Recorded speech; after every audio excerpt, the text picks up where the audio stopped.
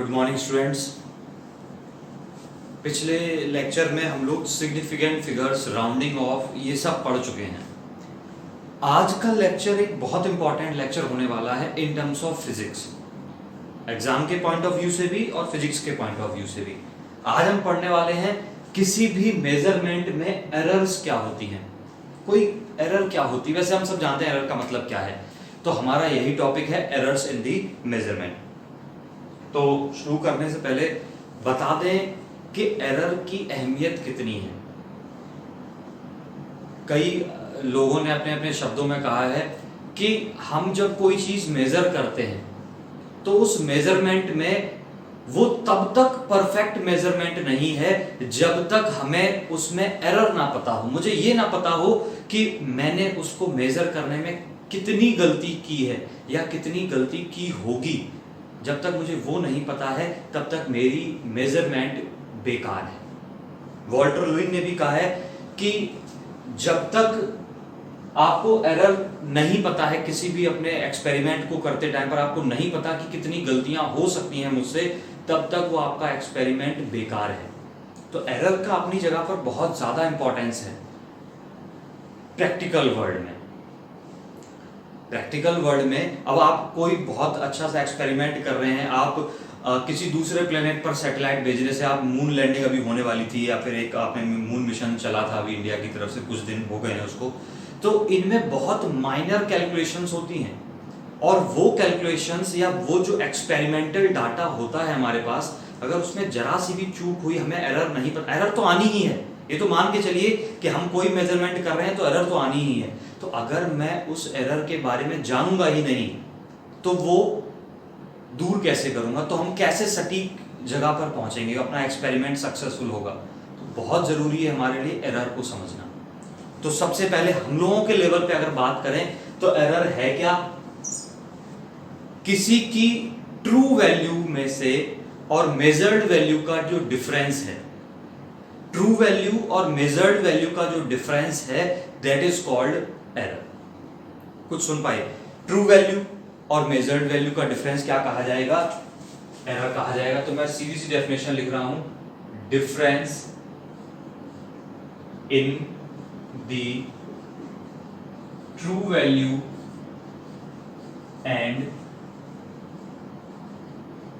Measured value. True value और measured value का difference क्या कहा जाता है? एरर कहा जाता है। ये एक सिंपल सी डेफिनेशन समझने के लिए बन गई है। अब बात कर लेते हैं जनरली। बात सुनना, यहां पर एक टर्म लिखा है ट्रू वैल्यू। अब इस ट्रू वैल्यू को कौन जानता है? अगर हम पहले ही जानते होते तो एक्सपेरिमेंट क्यों करते? कुछ समझे मेरी बात? अगर मैं ट्रू वैल्यू जानता हूं तो मैं एक्सपेरिमेंट करूंगा क्यों? मैं नहीं कर रहा एक्सपेरिमेंट, मुझे पता ही है ट्रू वैल्यू। तो ट्रू वैल्यू को एक कंसेप्शन है ये कि ट्रू वैल्यू, अब ट्रू वैल्यू को हम कैसे कैलकुलेट करते हैं, एक एजम्पशन कर ली कि ट्रू वैल्यू क्या है। तो मैं वही बताने जा रहा हूं, ध्यान से सुनना कि व्हाट इज ट्रू वैल्यू। और ये पूरे चैप्टर नहीं बोलूंगा, बचे हुए रिमेनिंग पार्ट में आपको इस पूरे टॉपिक में काम आने वाली है बात। ट्रू वैल्यू का मतलब क्या है? अगर मैंने कोई एक्सपेरिमेंट किया, उसमें 10 रीडिंग्स ली, तो उन 10 रीडिंग्स का एवरेज, जिसको हम मीन भी बोलते हैं, वो एवरेज क्या कहा जाएगा? ट्रू वैल्यू कहा जाएगा। बस एक बात समझ लीजिएगा अभी थोड़ी देर के लिए कि ट्रू वैल्यू क्या है। अगर मैं किसी एक्सपेरिमेंट में 10 रीडिंग ले रहा हूं, 20 ले रहा हूं, जितनी भी रीडिंग्स मैंने ली हैं, उन सभी का एवरेज। इसको एवरेज लेना आता है आपको? आता ही है। नहीं आता है तो पीछे लौट जाइए, पीछे की क्लासेस में। तो एवरेज वैल्यू को ही क्या कहते हैं? True value. तो मैं इस ट्रू वैल्यू के आगे लिख दे रहा हूं, क्या कहते हैं? ट्रू वैल्यू का मतलब है मीन वैल्यू। मीन वैल्यू या एवरेज वैल्यू। किसकी एवरेज वैल्यू? रीडिंग्स की, जो आपकी एक्सपेरिमेंटल मेजरमेंट्स हैं उनकी ट्रू वैल्यू। फॉर एग्जांपल, आपने n मेजरमेंट लिए। कौन कौन से मेजरमेंट लिए? n किसी एक्सपेरिमेंट, आपको लेंथ मेजर कर रहे थे किसी की, मान लो आप इस पेन की लेंथ मेजर कर रहे थे कोई एक्सपेरिमेंट में, तो आपने इसकी n रीडिंग्स ली। n का मतलब 2 भी हो सकती हैं, 10 भी हो सकती हैं, n जनरल टर्म है। तो आपने n रीडिंग ली, हर बार क्या क्या वैल्यू आई? एक बार आई a1, फिर आई a2, a3, कितनी आई? n तक। तो अब ट्रू वैल्यू क्या होगी? वो होगी इसकी मीन वैल्यू। तो हम क्या लिखते हैं? मीन वैल्यू ए एम, इसी को ट्रू वैल्यू बोला था, मैं लिख देता हूं ट्रू वैल्यू को क्या बोलते हैं, एवरेज वैल्यू। एम का मतलब क्या है, मीन वैल्यू, मीन मतलब एवरेज, इज इक्वल टू, आपको एवरेज निकालना आता है, सबको ऐड करिए और जितने हैं उतने से डिवाइड करिए, तो क्या बन जाएगा a1 प्लस a2 प्लस कहां तक an तक डिवाइडेड बाय कितने टर्म्स हो गए हैं ये 1 2 3 n टर्म्स हो गए हैं, तो n से डिवाइड कर दिए, तो ये हो गई आपकी ट्रू वैल्यू। अब मैं आगे आपको ना बताऊं तो भी आप समझ जाना कि ट्रू वैल्यू का मतलब क्या है, मीन वैल्यू। कंफर्म बात है इतनी। हमने एरर जान लिया क्या होता है, ट्रू वैल्यू जान ली क्या होती है। अब थोड़ा सा आगे बढ़ते हैं, एरर कितने तरह की हो सकती हैं, क्या क्या एरर्स हो सकती हैं, हटा रहा हूं इसको।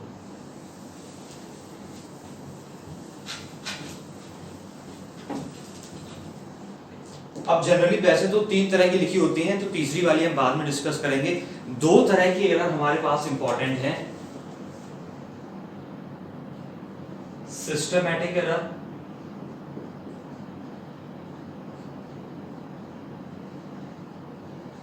एंड सेकेंड है रैंडम एरर।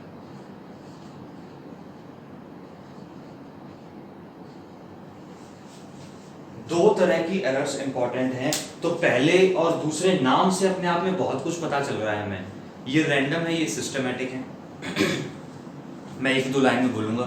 सिस्टमैटिक एरर्स वो होती हैं, आपको लिखना है, सिस्टमैटिक एरर्स वो होती हैं जिनका कॉज, जिनकी वजह मुझे पता होती है।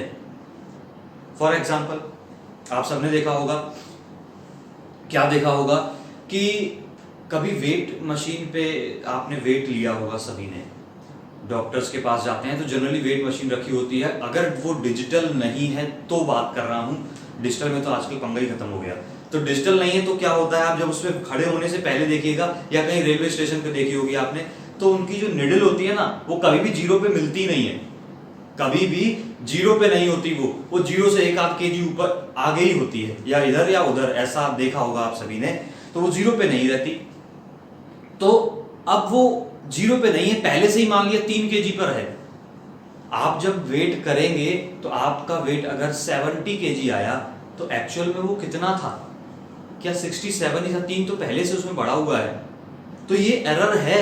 70 kg आया, वो एरर है, क्या वो आपको पता है क्यों है, वो आपके इंस्ट्रूमेंट की वजह से है, और आपको पता भी है, तो आप उसको इजीली एलिमिनेट भी कर सकते हैं। तो इसी छोटी सी बात से, एक छोटे से एग्जांपल से हमने बहुत सारी बातें सीख ली। सिस्टमैटिक एरर क्या होती है, जिनका कॉज हमें पता होता है। दूसरा, अगर कॉज पता है तो क्या उसका समाधान कर सकते हैं हम, इसको खत्म किया जा सकता है, एलिमिनेट किया जा सकता है, और एलिमिनेट अगर नहीं हो रहा है तो कम से कम मिनिमाइज तो कर ही सकते हैं, है ना। तो बात समझे मेरे, सिस्टमैटिक एरर क्या होती हैं, जिनका कॉज नोन होता है।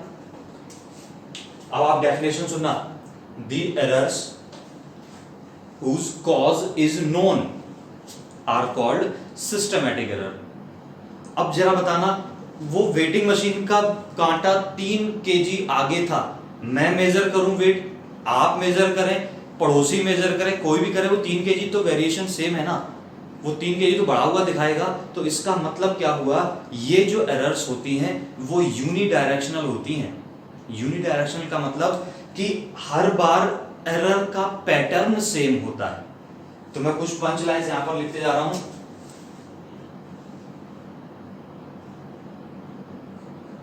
कॉज इज नोन, इनका कॉज क्या होता है मुझे पता होता है, पहला पंच पॉइंट। दूसरा, अगर कॉज पता है तो can be eliminated,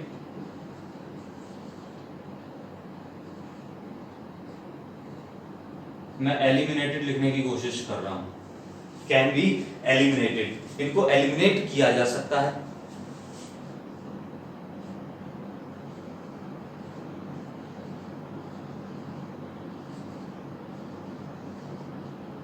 they are unidirectional, ये यूनिडायरेक्शनल होती है, या इनका एक फिक्स्ड पैटर्न होता है। फिक्स्ड पैटर्न मतलब समझ रहे होंगे आप, मतलब एक जैसी एरर आती है, हर बार एक जैसी एरर आएगी, तो दे आर यूनिडायरेक्शनल। अब यूनिडायरेक्शनल को मैं अच्छे से डिफाइन कर दूं, आइदर पॉजिटिव होती हैं और नेगेटिव। अब आधे लोग चक्कर खा गए होंगे, एरर पॉजिटिव और नेगेटिव का मतलब क्या हुआ, जरा उनके लिए एक बार छोटी सी बात बोल दूं।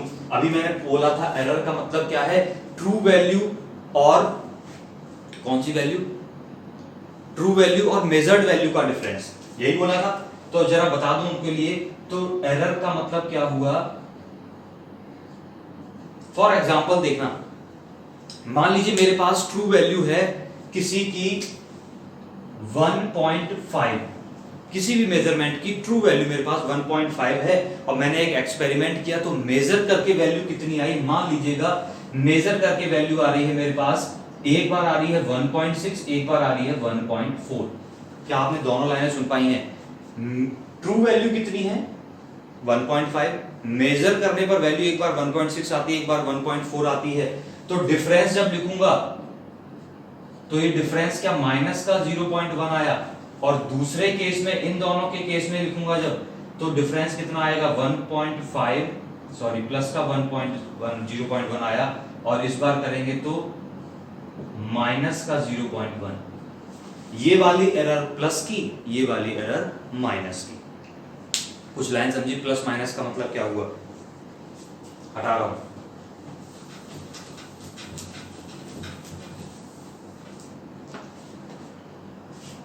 पॉजिटिव और नेगेटिव दोनों हो सकती हैं, आइदर पॉजिटिव और नेगेटिव, या तो पॉजिटिव होगी या नेगेटिव होगी, दोनों एक साथ नहीं होंगी, ये बात समझ लेना।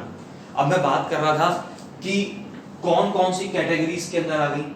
इसके अंदर आ गया बंदा स्किल्ड नहीं है, जो एक्सपेरिमेंट कर रहा है उसकी स्किल ही खराब है, वो हर बार एक जैसी गलती रिपीट कर रहा है एक्सपेरिमेंट के टाइम पर, वो सही से ऑब्जर्व नहीं कर रहा, ये बंदे की कमियां हो गई।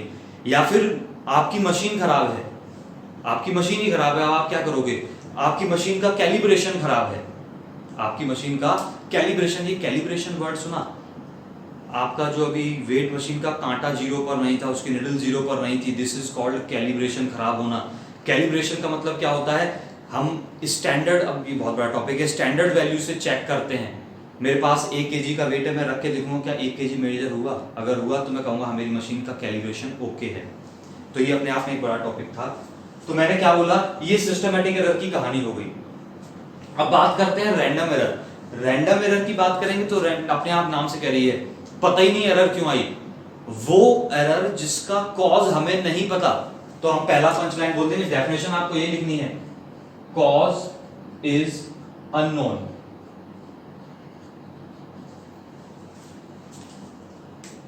The errors whose cause is unknown are called random errors। Definition बन गई। अब कॉज अननोन है तो इनको एलिमिनेट करने का तरीका इतना आसान नहीं होगा, इनको एलिमिनेट किसी और तरीके से करेंगे हम, वो अभी सीखेंगे थोड़ी देर बाद।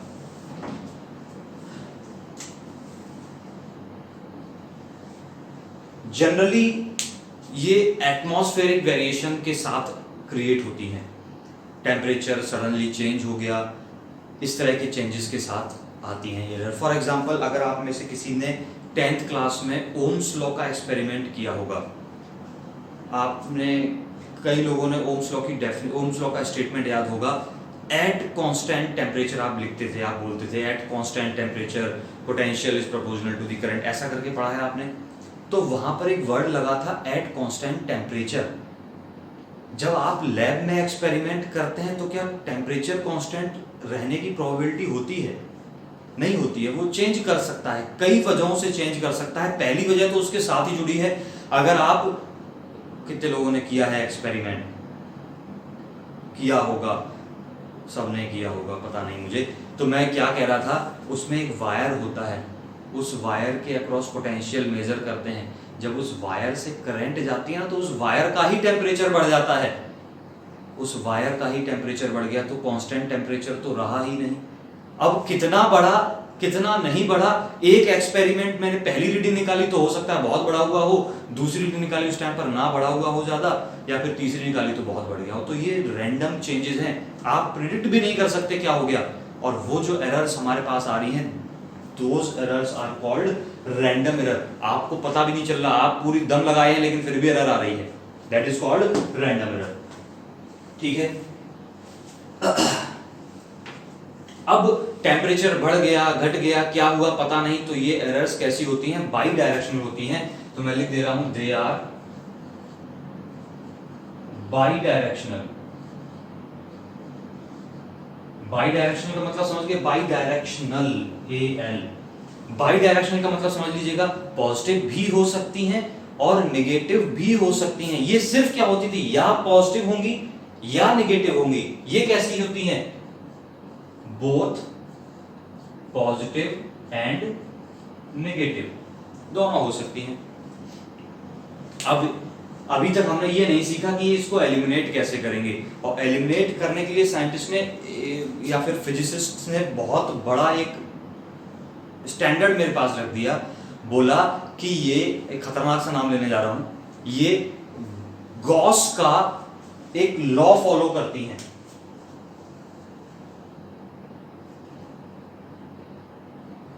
They follow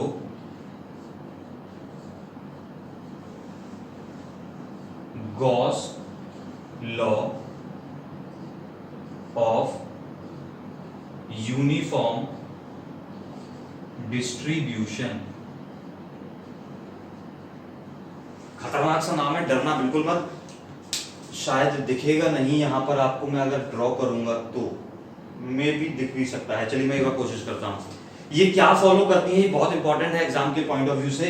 Gauss law of uniform distribution follow करती है। खतरनाक से नाम होंगे, डरना मत। मैं ग्राफ बना रहा हूं एक, जरा देखना क्या है। जब अपन ग्राफ बनाते हैं तो दो एक्सिस होती हैं। एक जनरली एक्सिस पर एक तरह का डाटा लेते हैं और दूसरी एक्सिस पर दूसरे तरीके का डाटा लेते हैं। आप 11th में इसलिए थोड़ा डिटेल में बताने की कोशिश ज्यादा नहीं करूंगा। तो मैं क्या बोल रहा हूं, हमने ये जो हमें एक्स एक्सिस दिख रही है, इस एक्स एक्सिस पे मैंने ले लिया है मैग्नीट्यूड ऑफ एरर। क्या ले लिया है, मैग्नीट्यूड ऑफ एरर। बहुत बड़ा नाम है, मैग्नीट्यूड ऑफ एरर। ये मैग्नीट्यूड मतलब जानते हैं क्वांटिटी ऑफ एरर। और इस वाली एक्सिस पर, ये जो आपको वाई एक्सिस दिख रही है, इस पर मैंने ले लिया है किसी एरर के आने की फ्रीक्वेंसी। डर गए क्या? अभी बताता हूं, दोनों का मतलब बताता हूं। फ्रीक्वेंसी ऑफ अकरेंस, फ्रीक्वेंसी के आने, फ्रीक्वेंसी ऑफ अकरेंस की कितनी फ्रीक्वेंसी है उसके एरर के आने की, या क्या प्रोबेबिलिटी है उस एरर के आने की। फॉर एग्जांपल, अच्छा ये बात आप जानते हैं, ये अगर ओरिजिन वाला पॉइंट है तो ये वाली एरर्स प्लस की हैं, ये वाली एरर्स माइनस की हैं। तो मैं एक सिंपल, आप डायग्राम में बनाए चाहे मत बनाए, मैं सिंपल केस में बोल रहा हूं। मान लिया ये एरर +1 की है, ये +2 की है, ये 3 की है, तो ये -1 -2 -3।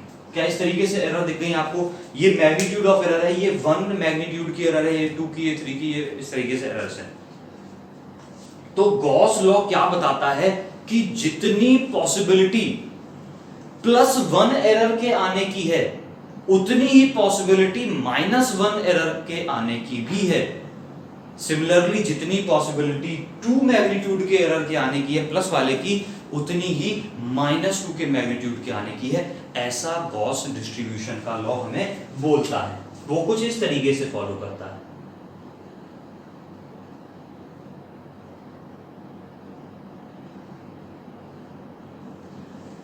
कुछ इस तरीके का ग्राफ बनता है, और वो क्या कह रहा है, -3 की एरर आने की फ्रीक्वेंसी, पॉसिबिलिटी या प्रोबेबिलिटी जो है वही +3 की प्रोबेबिलिटी है, जो +2 की है वही -2 की है। और इसके साथ एक और पंचलाइन इसमें जोड़ दिए। बताते हैं इस ग्राफ से क्या सीखने को मिला। तो हमें एक बात, पहली बात तो मैंने ये बता दी सीखने को क्या मिली इस ग्राफ से, कि प्रोबेबिलिटी सेम होती है प्लस और माइनस के आने की। दूसरी बात, छोटी एरर्स, अब आपको बताना, ये 3 मैग्नीट्यूड की एरर है जो ज्यादा है, ये 2 की एरर है जो थोड़ी कम है, 1 वाली और भी कम है। तो क्या ग्राफ से पता चल रहा है, क्या 1 वाली एरर के आने की प्रोबेबिलिटी ज्यादा है? ये देखिए ज्यादा है। -1 की भी ज्यादा है, तो क्या कहने को समझ में आया कि कम एरर वाली प्रोबेबिलिटी, कम मैग्नीट्यूड वाली एरर की प्रोबेबिलिटी ज्यादा होती है एज कंपेयर टू दी ज्यादा मैग्नीट्यूड वाली एरर। बहुत बड़ा सेंटेंस हो गया, ये ग्राफ बहुत इंपॉर्टेंट है बनाने के लिए। तो ये uniform Gauss distribution law follow करती हैं। अब जरा एक बात चुटकियों में समझना, इसको एलिमिनेट कैसे करेंगे जरा सुनना। क्या जितनी एरर प्लस की आने की है जितनी पॉसिबिलिटी, उतनी ही माइनस की आने की भी पॉसिबिलिटी है। मैंने बोला मैंने 10 रीडिंग ली, 5 में प्लस की एरर आई, 5 में माइनस की एरर आई, तो मैं इसको एलिमिनेट कैसे करूंगा, मैं कैसे खत्म करूंगा, एलिमिनेट करूंगा कैसे? आप सोच सकते हैं क्या मैं इन सबको जोड़ के एवरेज ले लूं? अगर मैं जोड़ के एवरेज ले लूंगा तो वो एरर को क्या कर लेंगे, मिनिमाइज कर देंगे, क्योंकि जितनी प्लस की थी उतनी माइनस की एरर थी। सबको जोड़ के ऐड कर दिया और एवरेज कर दिया, तो क्या बन गई, एरर का मिनिमाइजेशन हो गया। एलिमिनेशन नहीं बोलूंगा, मिनिमाइज बोलूंगा। तो मैं एक पंचलाइन यहां पर लिखने की कोशिश करना चाहता हूं, दे कैन बी मिनिमाइज्ड। आप सुन रहे हैं और लिख भी सकते हैं, they can be minimised by taking average of large number of readings. सुना?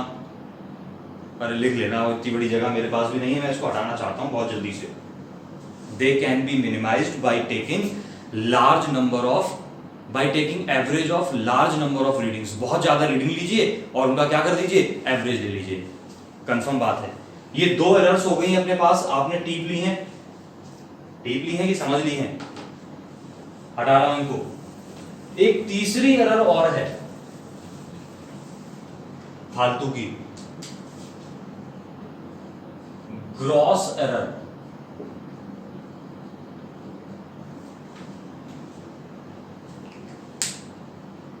ये पता किसकी वजह से आती है? इस एरर का कॉज जो है वो बेवकूफ बंदा है ऑब्जर्वर। अगर ऑब्जर्वर केयरलेस है, केयरलेस समझते हैं जिसको हो जाए तो ठीक है, ना हो जाए तो ठीक है, मतलब इसको कोई इंटरेस्ट ही नहीं है रीडिंग लेने में, वो फालतू में बिठा दिया आपने, तो उस बंदे की वजह से एरर आती है। मतलब वो एरर्स जो ऑब्जर्वर की केयरलेसनेस नेचर की वजह से आती हैं are called gross errors. For example, आपने एक्सपेरिमेंट किया, रीडिंग ली और रीडिंग लेने के बाद नोट करने में गलत लिख दी। आपकी रीडिंग आई थी 1.35, आपने 1.25 लिख दी गलती से। इसको लापरवाही बोलते हैं हिंदी में, केयरलेसनेस। तो वो एरर्स जो हैं, जो किसकी वजह से आती हैं आप बोलिएगा? बंदे की गलती की वजह से आती हैं। जो रीडिंग ले रहा है, जो ऑब्जर्वर है, जो एक्सपेरिमेंट करने वाला बंदा है, उसकी कमियों की वजह से जो रीडिंग आती हैं। आपने लिखा भी सही डाटा, एक्सपेरिमेंट भी सही किया, लेकिन जब कैलकुलेशन का नंबर आया तो आपने गलत टिक दिया। सत्यानाश हो गया। सत्यानाश हो गया मतलब ग्रॉस एरर्स किसकी वजह से आई? केयरलेसनेस की वजह से आई। किसके? ऑब्जर्वर के।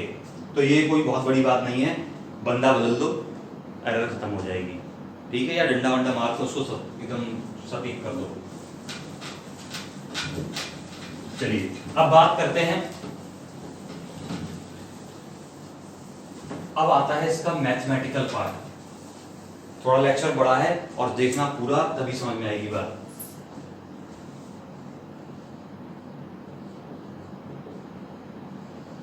Magnitude of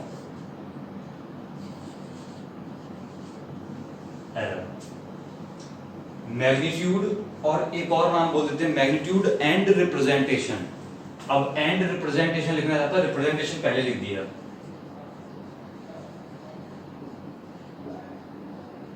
representation and magnitude of error, बहुत ध्यान से सुनना। सबसे पहला है एब्सोल्यूट एरर। क्या नाम है? Absolute error. एब्सोल्यूट एरर क्या कहती है?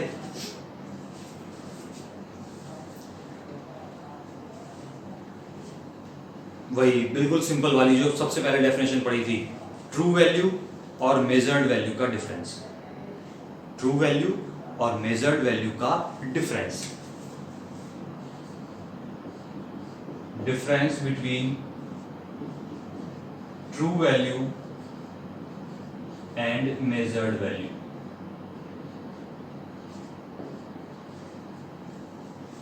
राइटिंग मुझे ऐसा उम्मीद है कि आज मैं बहुत ज़्यादा गंदी लिख रहा हूँ, क्योंकि आप अब तक हैबिचुअल हो गए होंगे हमारी गंदी राइटिंग के।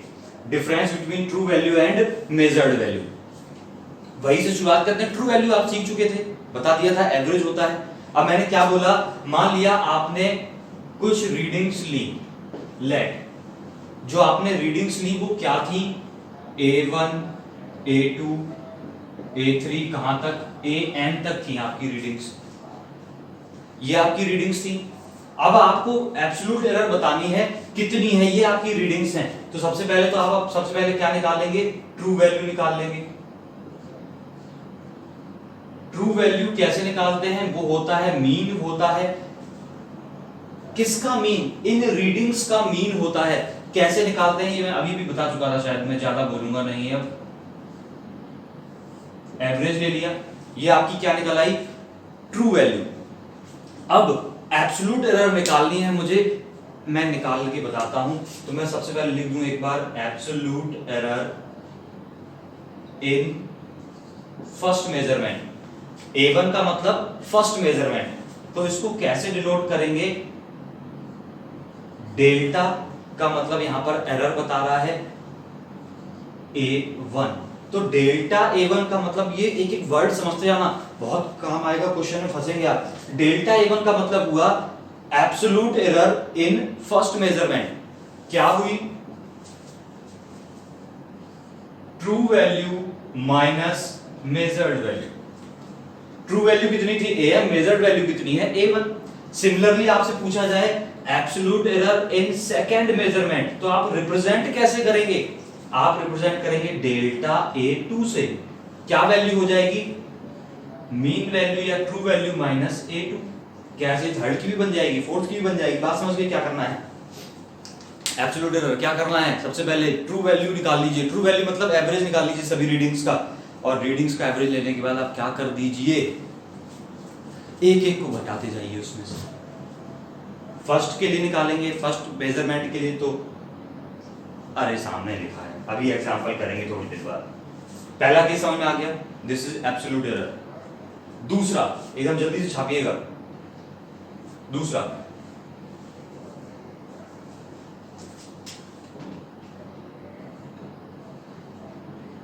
Mean absolute error.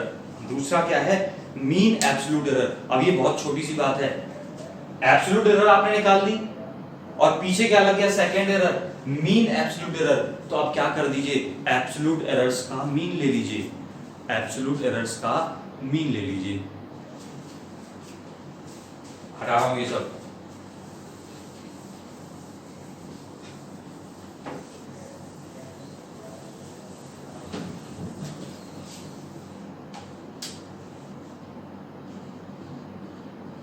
Mean of absolute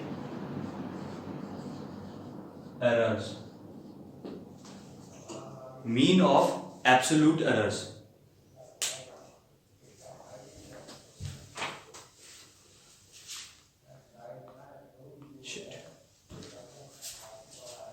absolute errors का मीन, इसको डिनोट कैसे करते हैं, delta A, this is absolute error, और साथ में लिख दिया mean, this is representation of mean absolute error. क्या करना है, यहां पर बोल दें arithmetic mean, arithmetic mean of absolute errors. Arithmetic mean से मेरा मतलब है आपके पास एब्सोल्यूट एरर जो बताई थी मैंने, पॉजिटिव भी आ सकती है, नेगेटिव भी आ सकती है। आपने ये मीन लेते टाइम पर उनका साइन कंसिडर नहीं करना, क्या नहीं करना, उनका साइन कंसिडर नहीं करना है। और साइन कंसिडर आपको शायद पता होगा, एक सिंबल हम लोग पढ़ते हैं मॉड का, कुछ इस तरीके से। अगर मैं बोलूं ये -x लिखा है, इसके आगे मॉड लगा दिया, तो ये माइनस साइन क्या हो जाने वाला है, खत्म होने वाला है। तो मैं वही करने वाला हूं। हमने क्या बोला कि माइनस साइन कंसिडर नहीं करना, तो हमने क्या कर लेना है, मीन ले लेना है एब्सोल्यूट एरर्स का, यानी कि delta A1 plus delta A2 plus कहां तक, जितनी भी हमारे पास रीडिंग्स थी, जितनी भी मेजरमेंट्स थी, उन सबकी एरर्स का या एब्सोल्यूट एरर्स का मीन ले लेना है। This is called mean absolute error. Confuse मत होना। एब्सोल्यूट एरर का मतलब क्या था? True value minus measured value. Mean absolute error क्या है? सभी क्या निकाल लीजिए, सबसे पहले एब्सोल्यूट एरर्स निकाल लीजिए और उन सब का क्या ले लीजिए? एवरेज। किसको निगलेक्ट कर दीजिए? नेगेटिव साइन को निगलेक्ट कर दीजिए। नेगेटिव साइन को निगलेक्ट करने के लिए हमने क्या यूज कर लिया है? मॉड का साइन यूज कर लिया है। This is called mean absolute error. कुछ बात समझ में आई? अब ये बात सीखने के बाद एक बहुत जरूरी पंचलाइन बताने जा रहा हूं कि अब मैंने रीडिंग्स भी ले ली, मुझे एरर्स भी पता चल गई, अब मैं रिजल्ट कैसे बताऊंगा, मेरा रिजल्ट क्या होगा, वो रिजल्ट कैसे बताऊंगा वो सीखिएगा। तो मैं रिजल्ट कैसे लिखूंगा, ये पंचलाइन है, इससे कोई वास्ता नहीं है। रिजल्ट कैसे लिखेंगे वो बता रहा हूं। अब रिजल्ट के बारे में थोड़ी बहुत बातें बोल दूं पहले। एक छोटी सिचुएशन कंसिडर करिए। आप एक T20 मैच देख रहे हैं क्रिकेट का, अभी तो हो ही नहीं रहे हैं, बड़ा सिचुएशन खराब है, IPL भी रह गया है हम लोगों का देखने के लिए। चलिए मैं क्या बोल रहा था, एक T20 मैच चल रहा है, आप दो दोस्त बैठे साथ में देख रहे हैं, अच्छा खासा 10-12 ओवर का मैच हो गया है। आपने दोस्त से कहते हैं बता कितने रन बनेंगे 20 ओवर में। आपने उससे एक प्रिडिक्शन मांगी, तो प्रिडिक्शन मांगी तो वो क्या बोल रहा है, मान लीजिए उसने बोला कि 170 मुझे लग रहा है बन जाएंगे, लेकिन 10 रन ऊपर नीचे हो सकते हैं। अब बात ध्यान से सुनना, 10 रन ऊपर नीचे हो सकते हैं, तो ऊपर नीचे हो सकते हैं तो मैं बोल सकता हूं +-10। ये 10 रन क्या थे, जो फाइनल रिजल्ट आएगा उसके अकॉर्डिंग वो 10 रन की एरर हो सकती है। 170 तो डेफिनेटली बनेंगे, 170 10 रन के ऊपर नीचे हो सकते हैं, तो ऊपर नीचे हो सकते हैं। अगर नीचे हो गए तो कितने बने? 160। अगर ऊपर हो गए तो कितने बने? 180। तो क्या ये एक विंडो बन गई मेरे पास रिजल्ट की, 160 to 180। और हमने कैसे लिखा? 170 +-10, 10 रन ऊपर नीचे हो सकते थे। ऐसे ही यहां पर मैंने बोला कि रिजल्ट क्या है, उसमें एरर कितनी है, क्या ये रही वो एरर जिसको हम बोलते हैं डेल्टा ए मीन, ये हमारी क्या है? सभी एरर्स का भी मीन है, यानी कि ये एक परफेक्ट एरर हो गई है। तो अब क्या बोला, ये आपने बात समझी थी मैंने क्या बोली है। तो रिजल्ट कैसे लिखते हैं अपन? ट्रू वैल्यू जो हमने मीन निकाला था, बहुत ध्यान से सुनना, ट्रू वैल्यू और +- mean absolute error, +- mean absolute error. Delta मतलब एब्सोल्यूट एरर वाला और मीन लग गया मतलब मीन एब्सोल्यूट एरर। तो रिजल्ट को कैसे लिखना है, ये AM आप पहचानते हैं, this is true value. True value ये हो गई, +- मीन एब्सोल्यूट एरर। अब प्लस आएगी वैल्यू, माइनस कर देंगे तो मिनिमम वैल्यू बन जाएगी। तो आई थिंक आपको रिजल्ट लिखना, इसको बॉक्स में बंद करिएगा, बहुत सुंदर से बॉक्स में गोल्डन बॉक्स बना के रिजल्ट कैसे लिखते हैं ये आपको आना चाहिए, आगे काम आएगा। बहुत सारी बातें हो गई, 2 तरह की एरर सीख ली हमने, अभी सारे करवाऊंगा, लेक्चर बहुत बड़ा होते जा रहा है। थर्ड पे आते हैं।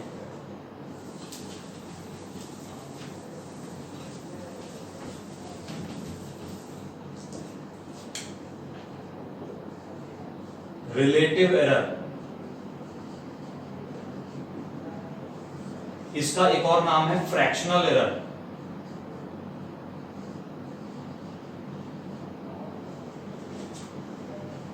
ये दोनों इसी के नाम हैं। होती क्या है, डिफाइन कैसे किया गया? रेशियो ऑफ, इधर लिख देता हूं, मीन एब्सोल्यूट एरर टू दी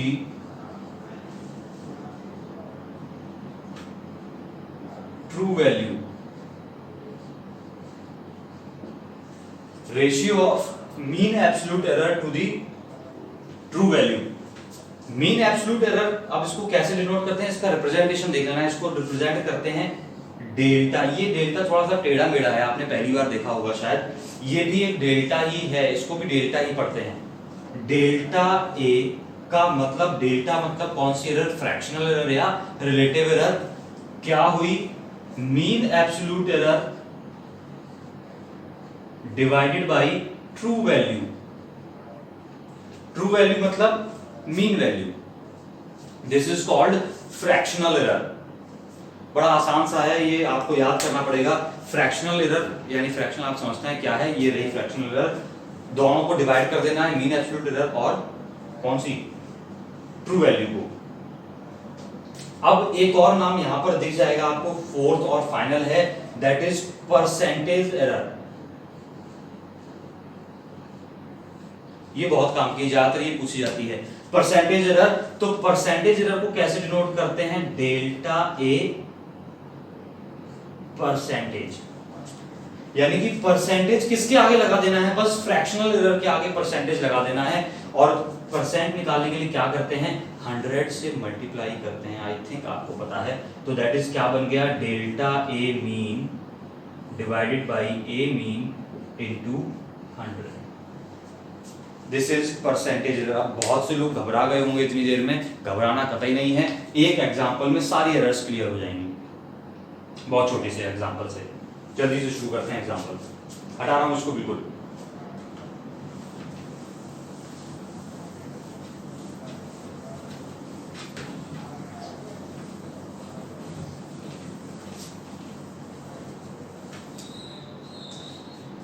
मान लीजिएगा अपन एक एक्सपेरिमेंट कर रहे हैं, एक एग्जांपल है,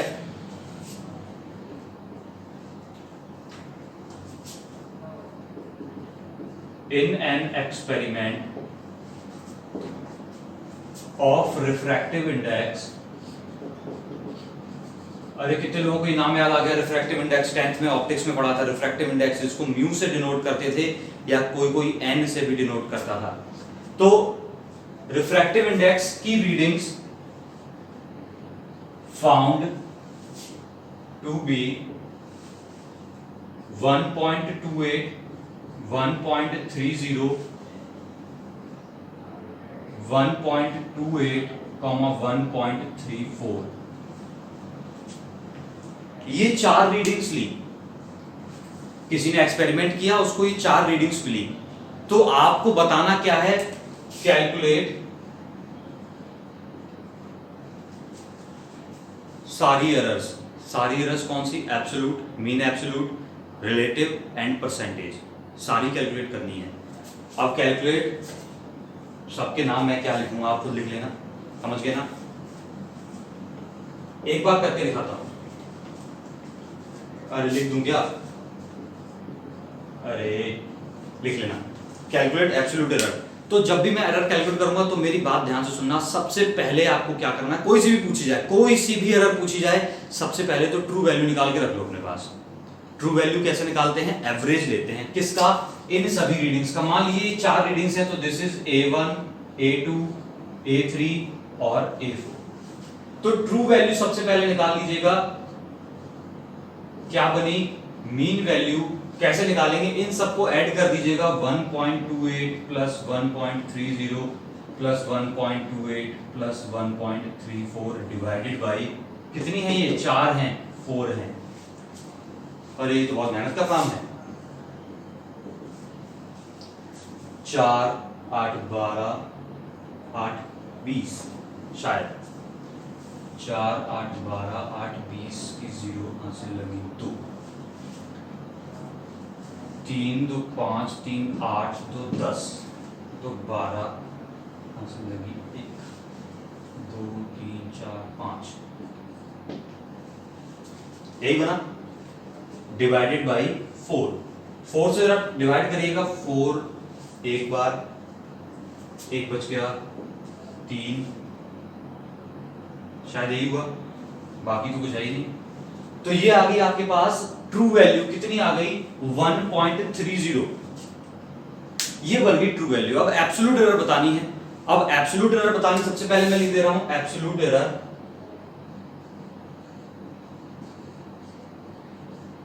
किसमें बताना है, चारों में बतानी पड़ेगी ना, फर्स्ट में, सेकंड में, थर्ड में और फोर्थ में। तो मैंने लिखा एब्सोल्यूट एरर डेल्टा A1 क्या बनेगी, true value minus measured value true value कितनी, मैं एक बार लिख देता हूं formula, true value minus measured value.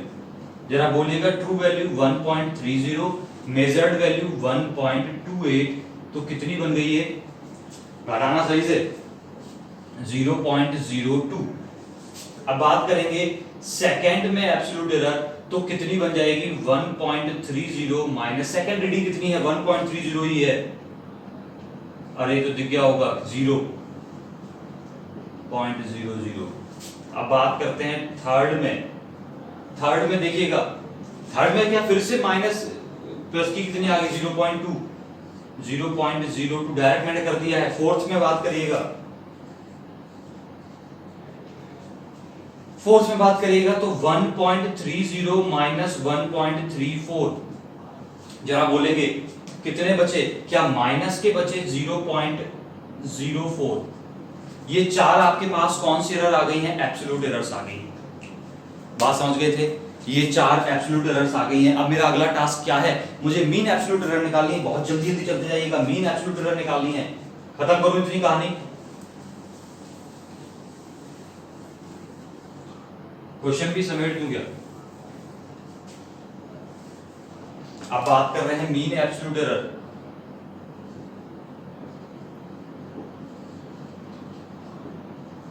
Video ज्यादा लंबा ना हो इसलिए बहुत बुरी राइटिंग लिख रहा हूं। मीन एब्सोल्यूट एरर क्या बताया था, एब्सोल्यूट एरर्स का एवरेज कर देते हैं। तो इसको डिनोट कैसे करते थे, डेल्टा ए और साथ में क्या लेते थे, मीन इज इक्वल टू, जितने भी ये एरर्स हैं इन सबको ऐड कर दीजिए और किससे डिवाइड, एवरेज लेना है। एवरेज लेना, क्या बोला था, साइन को कंसीडर नहीं करना, इसमें एक बीच में माइनस भी आ रहा है, हमें साइन को क्या करना है, कंसीडर नहीं करना, छोड़ देना है। चलिए बोलिएगा 0.02 प्लस, इसमें तो जीरो ही है, खत्म करें, 0.02 प्लस 0.04 डिवाइडेड बाई 4। चार रीडिंग्स थी हमारे पास, 3 से डिवाइड मत कर देना कि 3 लिखी है सर, चौथी बीच में 0 थी, लिखी नहीं है वो हमने। अरे जोड़िए जरा इसको, 4 2 6 2 8, दैट इज 0.08 डिवाइडेड बाई 4, कितना बना, अरे पहाड़ा वाड़ा पढ़ना आता है। This is your mean absolute error, दिख गई है। वैसे क्वेश्चन में पूछा नहीं गया है, बट मैं रिजल्ट लिखूंगा कैसे। अब मैं आपको रिजल्ट लिखना और बता दूं एक बार, रिजल्ट यहीं पर लिखा, अभी पूछा नहीं गया है, बता दूं रिजल्ट कैसे लिखेंगे। रिजल्ट लिखेंगे, रिजल्ट मैंने मान लिया ए आया, ये चार रीडिंग्स थी, मान लिया रिजल्ट कितना है, ए है, और वो क्या रहेगा, मीन वैल्यू। अभी पहले लिख दूं mean value plus minus delta a mean, ये फॉर्मूला था अपने पास, जगह कम है ये हटा दूं। तो मीन वैल्यू कितनी निकली थी अपने पास, 1 पॉइंट लिखी हुई है, 1.30 थी, और प्लस माइनस कितनी है delta a mean, 0.02। This is your result लिखने का तरीका, ये आपका रिजल्ट हो सकता है। आप क्या बोलेंगे, 1.30 में 0.02 की एरर हो सकती है, प्लस माइनस हो सकता है। चलिए अब तीसरी एरर कौन सी है, रिलेटिव एरर। इतना नोट कर लिए, अब डाटा मैं भूल चुका हूं शायद, थोड़ा बहुत याद भी होगा।